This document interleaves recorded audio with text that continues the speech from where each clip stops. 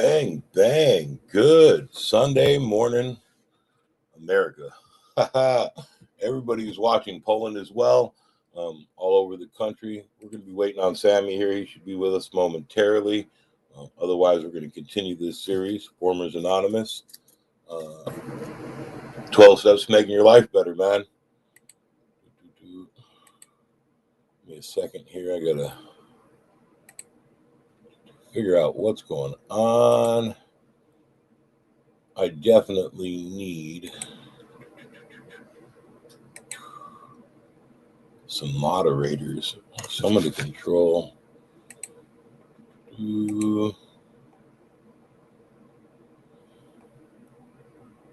Every week it seems like I have problems with this stupid Facebook sharing part.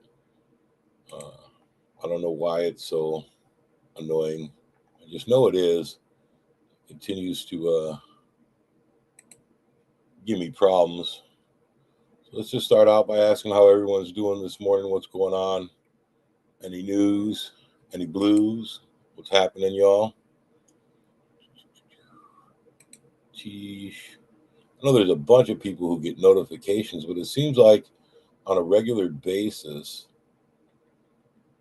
it is random. I know people who subscribe and follow, and they still don't get their notifications. And I know other people who say they catch us on the first time, just getting a notification out of nowhere.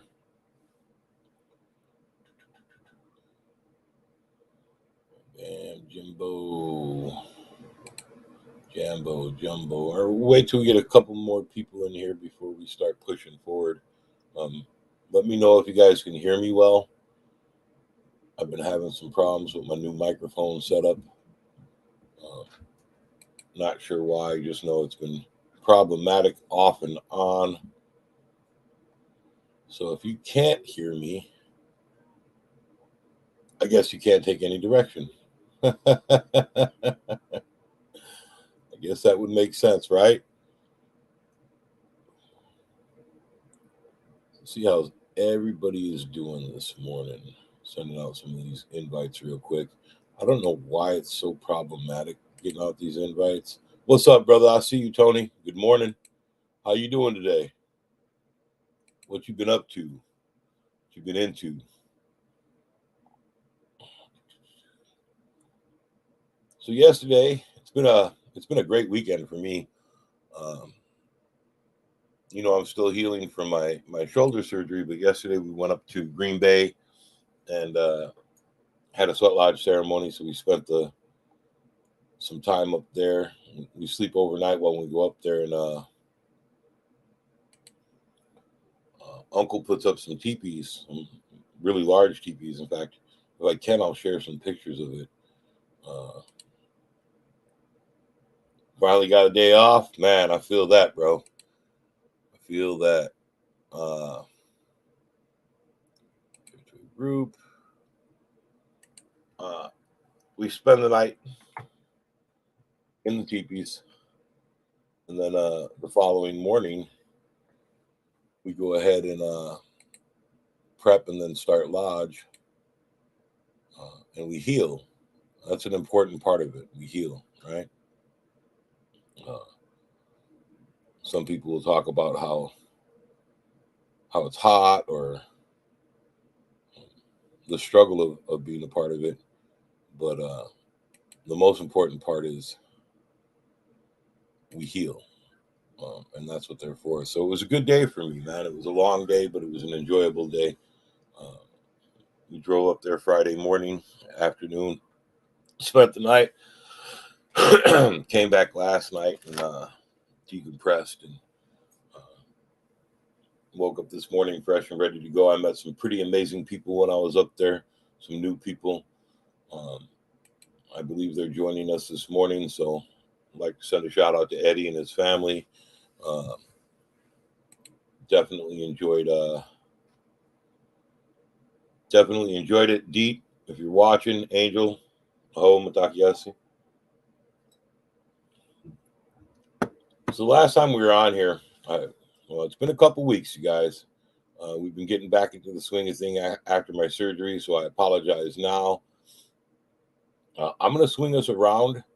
Uh, I don't know when Sammy's going to get in here, but I'm going to swing us around and bring us back to our first step. For me, first step is a really important step.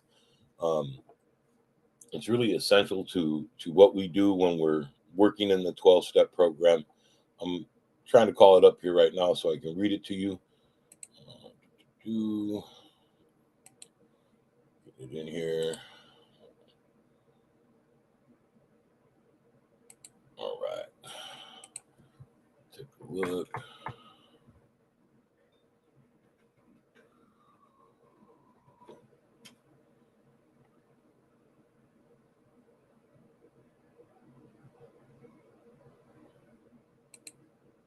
Bam. Let's look up.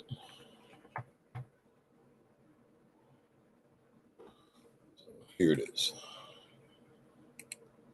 I'm going to try to share it with you guys while we do this. Let me get it down. And I'm actually we're going to walk through all 12 steps. We're not going to work through them all today, but we're going to walk through all the 12 steps. So let me get if I can see, present, share screen.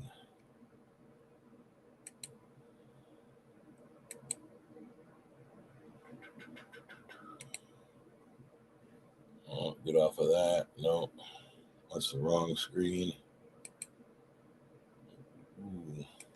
Technical difficulties this morning, you guys. Bam, there it is. All right, here we go. So these are the 12 steps as we practice them with informers. So step 1, we admitted we were powerless over our criminality and or addiction, that our lives and lifestyles had become unmanageable. Step 2, we came to believe that through a practice of spirituality, it could restore us to sanity. Step 3, we made a decision to live our lives through the practice of spiritual principles, seeking the path of spirituality as we understood spirituality. Step 4, we made a searching and courageous moral inventory of our strengths and our weaknesses. Step 5, we disclosed through our spiritual connections to ourselves and to another human being the exact nature of our wrongs and our wounds. Step 6, we were entirely ready through our spiritual connections to remove all of these defects of character and pursue our change and recovery. Step 7, we humbly ask through these spiritual connections to remove our shortcomings and foster our change and recovery. Step 8, we made a list of all persons we had harmed and became willing to reconcile with them all. Step 9, made direct amends to such people whenever possible, except that when to do so would injure them or others. Step 10, we continue to take personal inventory of our strengths and weaknesses, and when we were wrong, we promptly admitted it and remained humble when right. Step 11, we sought through various forms of self-reflection, meditation, prayer, etc., to improve our conscious contact with our spiritual connections as we understood these spiritual connections, seeking out only our spiritual purpose and the strength to live that out. Step 12, having had a spiritual awakening as a result of these steps, we carry this message to other criminals and addicts and to practice these principles in all of our affairs. So those are the steps that we follow. And if you notice, it is slightly different than other 12-step programs. One of the major differences is making direct amends. That is something that Sammy had spent a long time talking about and thinking about, and actually moved that from 4 and 5 all the way down to 8 and 9 until we were much farther along in our recovery, which would make it a much more balanced way to approach that. So let's look at step 1. All right, that's what we're going to talk about today is step 1 real quick. It's just a rehash. I know we in my and Sammy's discussions were much farther, but once in a while I like to come on back to the beginning and talk about step 1 for those new people who are involved. So we admitted we were powerless over our criminality and or addiction, that our lives and lifestyles had become unmanageable. All right. So let's read a little bit into it. The wording of step one makes the deeper discovery we make when we actually take the step. Step one says we are powerless over our addiction. It doesn't say we are powerless over life. Bang, bang. Yet, as we begin to face the fact of our powerlessness, we discover that in fact we are powerless over life. We cannot control what happens to us. All we can do is work with what happens moment to moment. So that's really important. We talk about that, right? It's really important that we recognize the truth in that, right? That we're powerless over what happens to us as a whole and in totality. Um, the world is what the world is. The world will do what it does. People will do what they do, regardless of who it hurts. Um, what can we do about that except for learn how to manage and live through that? You know, there's a saying that Sammy uses quite often, and that's we learn to suffer well. And what do we mean by that? Let me get this. Bam, bam. What do we mean by we learn to suffer well? Right? Like that's such a revolutionary comment in my opinion.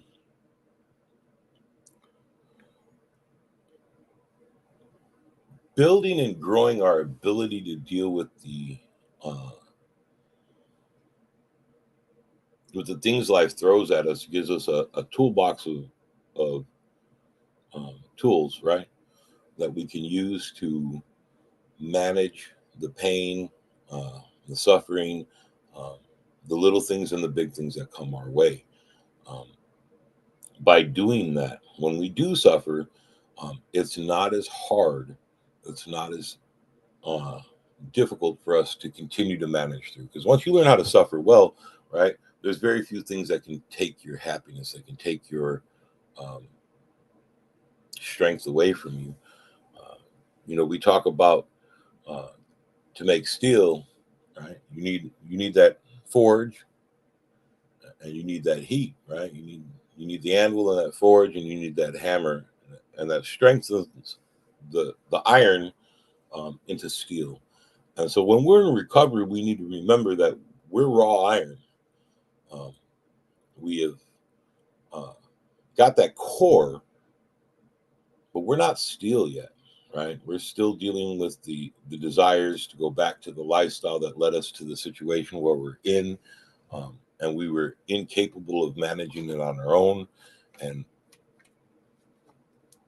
uh, we need to be able to get to there. And so we need that fire, we need that anvil, we need that hammer to pound us into the steel we're going to be. Um, Learning how to deal with that pain and that suffering by suffering well, and accepting it and looking for the joy in the surrounding situation. Right? Um, I think we focus much more on the suffering than we do on the joy, and that's where we fail. Uh, and again, that's my humble opinion.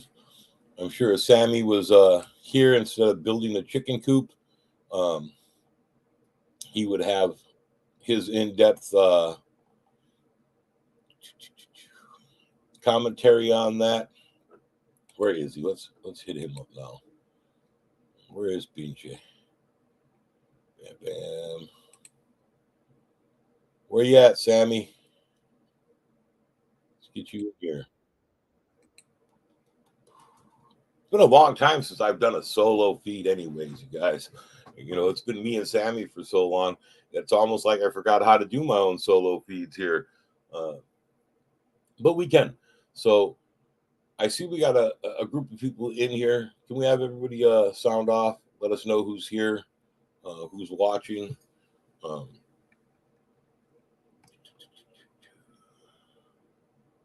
we got them coming through my page right now. We got a couple of YouTube watchers too. So if you want to go ahead, shoot out a comment. Let us know you're here. Tony, I see you, brother. As always, I love you, man. I appreciate the support you've always given. For everybody else who's here, uh, Get a little thumbs up in the commentary. Hey, Heather, love you, sweetie. Kayla, good morning, beautiful. How you guys doing? You my buddies, you my babies, hugs and kisses. Um, so, for those of you who are just coming in, we're talking about step one, and we're talking about um, the uh, the powerlessness over our addictions and our criminality, um, and that's how we came to the table for recovery. We're also talking about uh, learning to deal with suffering and suffering well through those things. So, if any of you guys got any comments, feel free to jump in here. Got any questions? It's been a long time. I've been home. Well, I've been home almost 11 years, you guys, in January, and it was admitting that I couldn't control it myself and I couldn't do it on my own was probably one of the hardest things for me to admit internally. I grew up in a very different situation, East LA, South Central, where men were men, and you never needed help doing anything because if you did, you weren't a man. And that literally is just the way it is, right?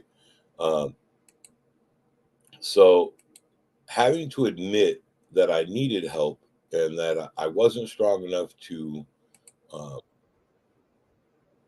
do it on my own was a difficult thing for me to come to terms with.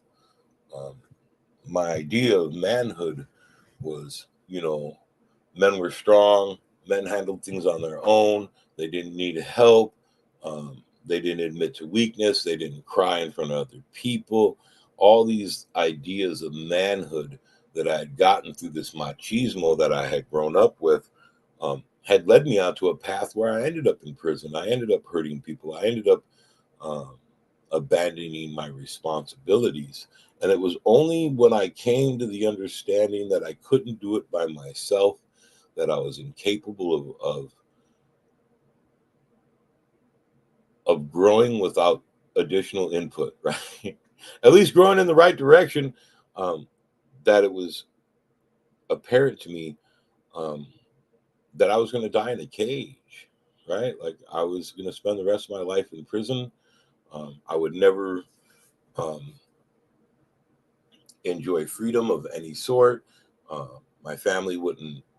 Uh, my family would have to suffer through it with me, uh, regardless of their innocence of my situation, and that it was my fucking fault, right? That this whole situation accumulates, and it was my fault. Uh, yes, I was a victim. Yes, there were external forces that helped guide me to the place I was at, but ultimately it was my choices that had left me where I was. Um, Coming to terms with that actually left me to at a point where I was lost, right? Like I had to come to terms with my own stupidity and my own um, screwed up logic. I had to come to terms with the fact that the life I had been living was the wrong life. Um,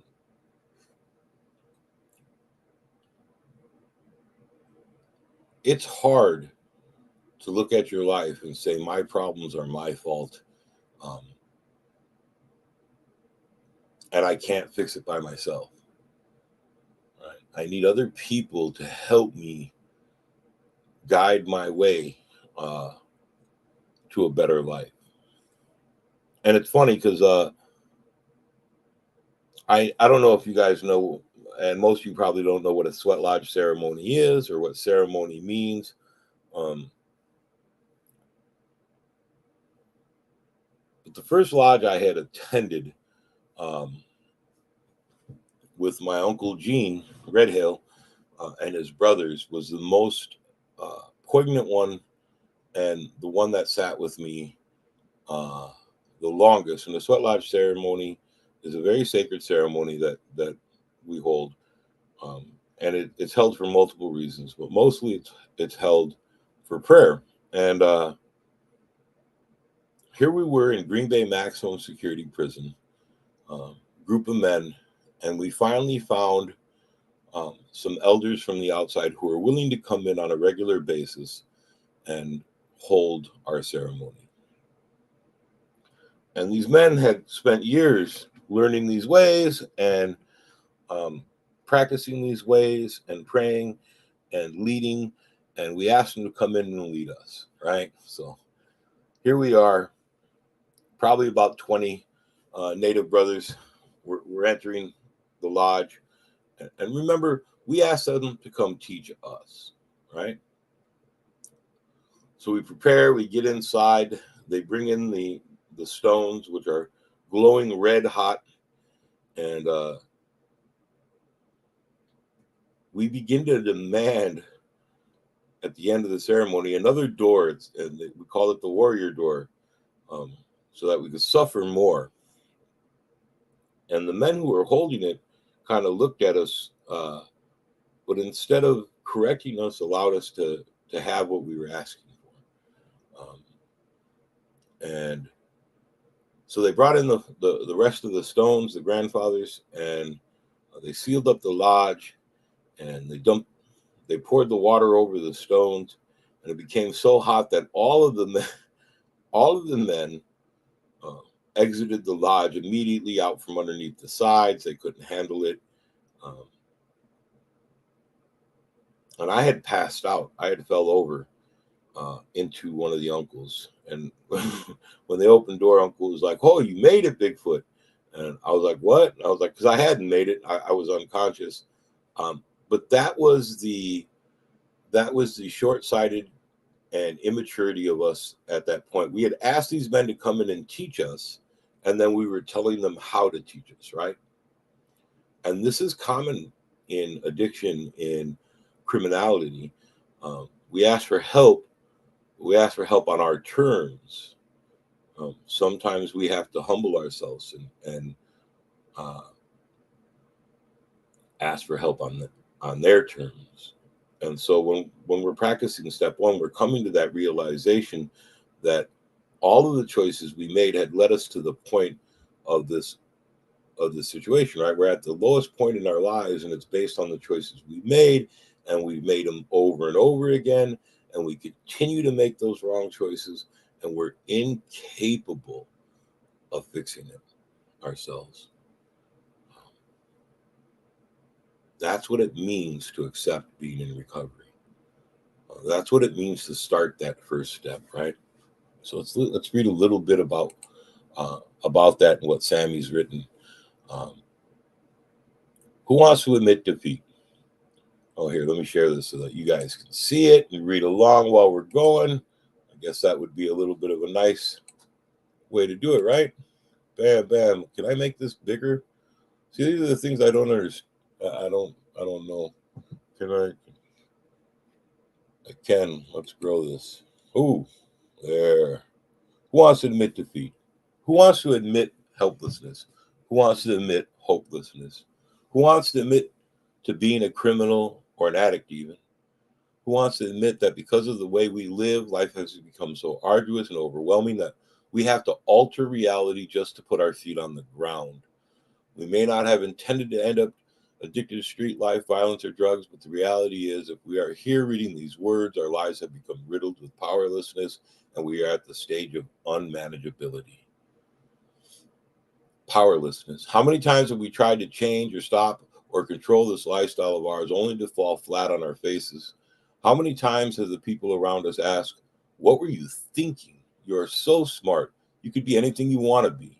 How many times have we been kicked out of the world only to be surrounded by abstract or very real concrete and metal instead of our favorite people, places, and things? Incapable of unsealing the fate we once again face, we start to deny the reality of our lives and choices. We start to doubt our own ability to manifest change or even scramble for an escape when the opportunity arises. Unmanageable, you ask? When you can no longer determine the course of your life because the consequences of your life continue to alter the natural course of your life, it might be time to ask if you are still in control, or is it your criminality and addiction running your life and determining the outcomes for you? How many more crimes must we commit before we admit criminality? Each possession of illicit substances and items, each purchase and delivery, each theft, each operating while under the influence, each violent act, each lie by omission and commission, each identity stolen, each assault and battery robbery, each habitual reckless driving violation, each abuse of people and animal, each threat, still not enough to convince us of our issue. How many more victims that we leave in our wake are acceptable for us to fulfill our own ego? How many failed relationship, missed job opportunities, combined with the lack of direction in career, followed by the significant broken promises and failure to carry out our duty and obligation to parents, siblings, significant others, children, community, and self must we commit before we admit our lifestyles are not worth living anymore? How many more cold and indifferent sexual encounters, domestic violence ridden experiences, over dependent dead end sharing a sickness with our corrupt version of partnership must we put behind and underneath and before us before we ask, is this even right? How many times do we drink ourselves or use ourselves into oblivion, both with chemicals and behaviors, before we are willing to ask if it could be a problem worth looking into, much less running for help with? How many more times do we need to steal from family, friends, and community? How many more shameful acts to carry out that addiction must we follow through with before becoming willing to surrender to the reality of ourselves? So let's stop here for now. Um, right, that's the question here, you guys. Right, like how long does it take us? How many victims does this take us? How many times do we hurt ourselves before we stop and say we can't do it on our own? That we need that help. That we need that togetherness, right, of a group of people um, that are following the same path of recovery as we are. And as you see with formers, um, we're not directly attacking drug abuse, alcoholism, or criminality. We're looking at all three as a lump uh, group of things. These are all addictions that destroy our lives. These are all a part of uh, um, our downfall, right? And they can all be addressed and identified much in the same way. Um, we talk about uh, even our failed relationships and the pain that we bring ourselves and others in those relationships that we know are failed to doom right from the beginning. Um, that we get into and then continue while just hurting each other over and over and over again.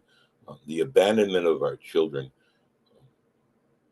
If you're affected by these things, if you're going through that right now in your life, if you're um, missing your children on a regular basis, um, you need to stop and think about that. You need to stop and think, is that what you want? Is that how you want your life to continue?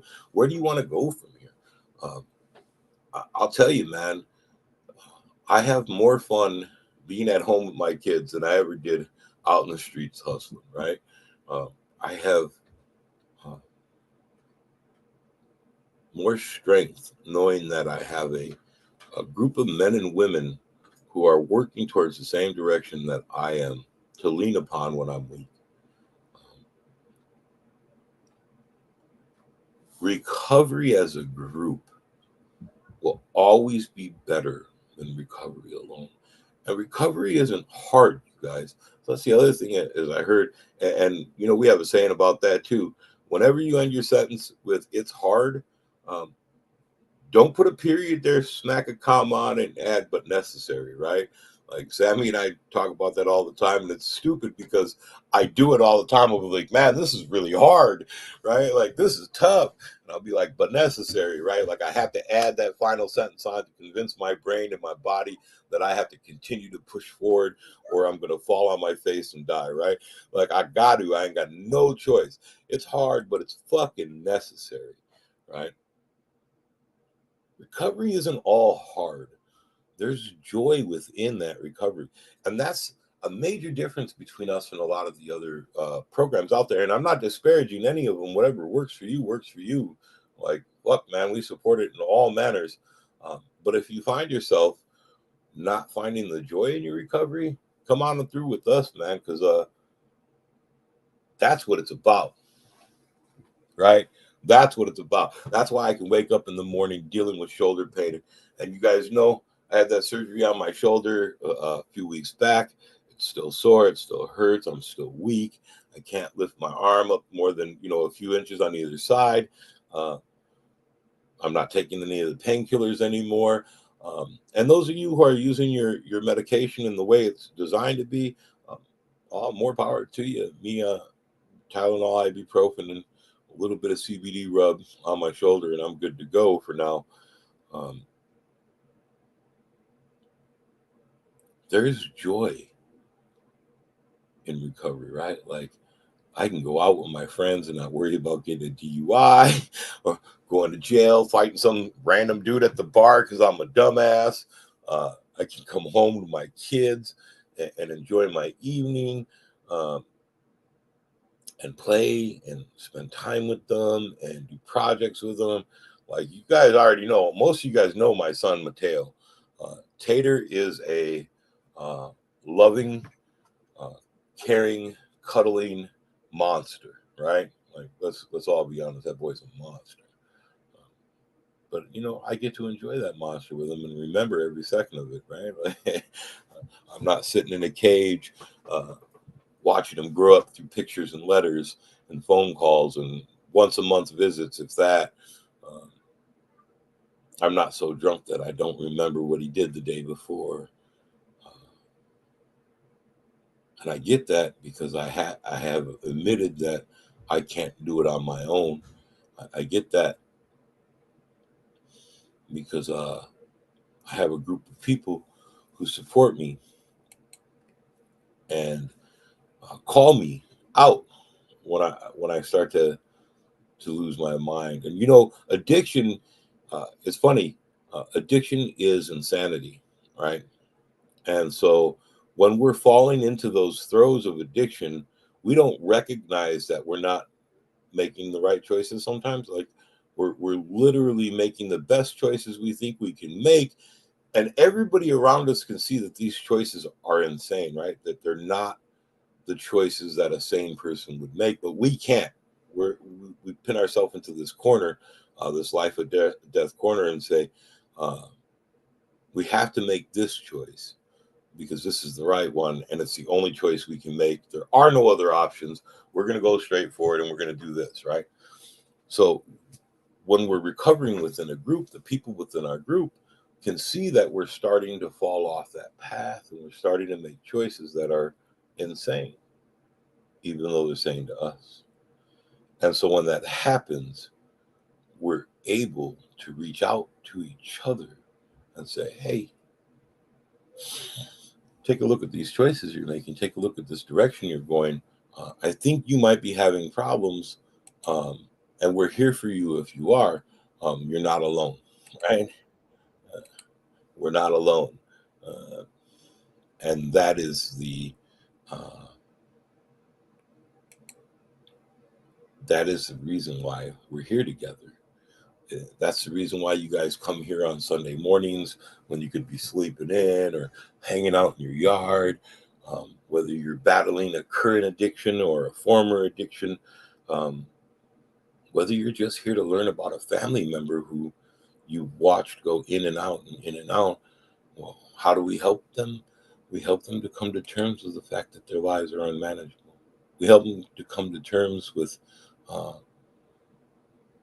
with the fact that they're not doing it on their own, um, and they're not making it right. So I'm going to come back up here.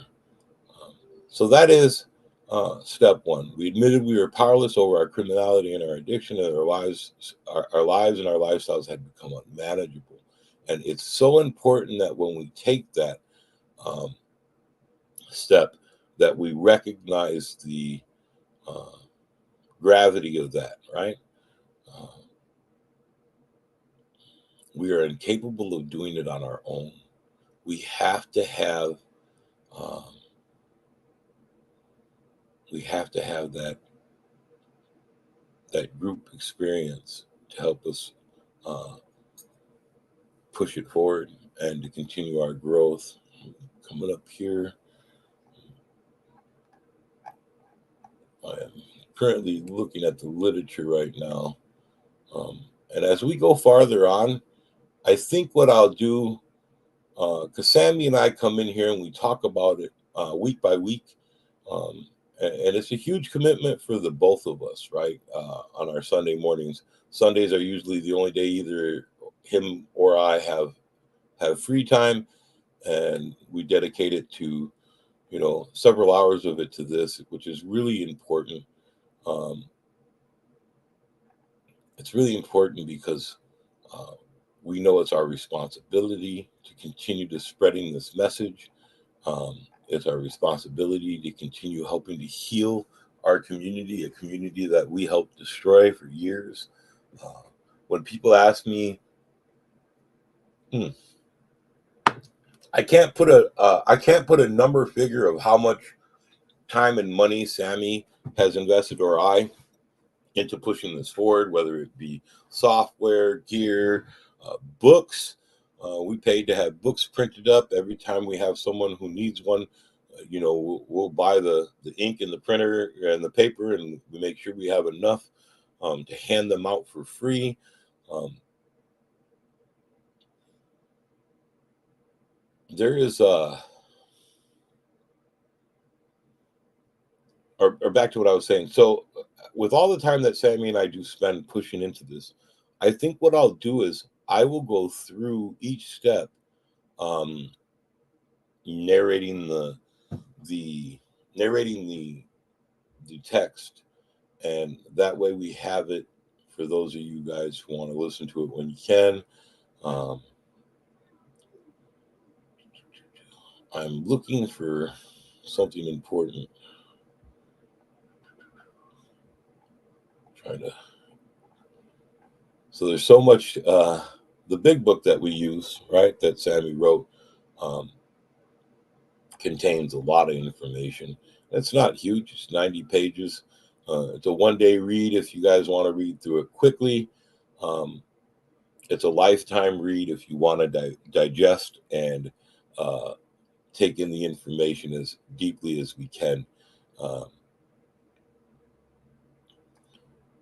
the unity that we feel within the group is very strong, and we have members from a decade plus now that we work with and we work together as partners with. So if you guys are interested, let me know. If you want a copy of it, a digital copy, DM me, send me your email, and I will send you out a copy of the entire book digitally that you have free rights to print and hand out. If you want to make extra copies for people that you know, um, we're not going to, Sammy is not going to snap out and go crazy. Uh, we do ask that you do not sell anything FA. We don't sell anything FA. This is a gift that we give to others. This is a gift that Sammy wrote and spent years developing because he cares. And it's something that I care about. But I'm going to tell you guys now, I love you guys. I appreciate you guys being here. Please remember to like and share. I see Lizzie and has shared it out already. So if you're on here, hit that share button, send it out to your page or to uh, your news feed, your storyline or something. Help continue to build up that algorithm that keeps us coming on every week. I love you guys. I appreciate all you do. Again, next week, Sammy and I will be back, and we'll be, well, I don't know what we'll be doing, but most likely we'll be continuing where we left off last time. I got a bunch of editing to do today. I got some new videos that'll be coming out. Um, I'll speak about, I'll talk more about it next week. I love you guys. I appreciate you guys. Like and share. Thank you for being a part of my recovery. Um, and thank you for letting me be a part of your recovery. So we love you guys. We'll see you soon. I'll talk to you next week.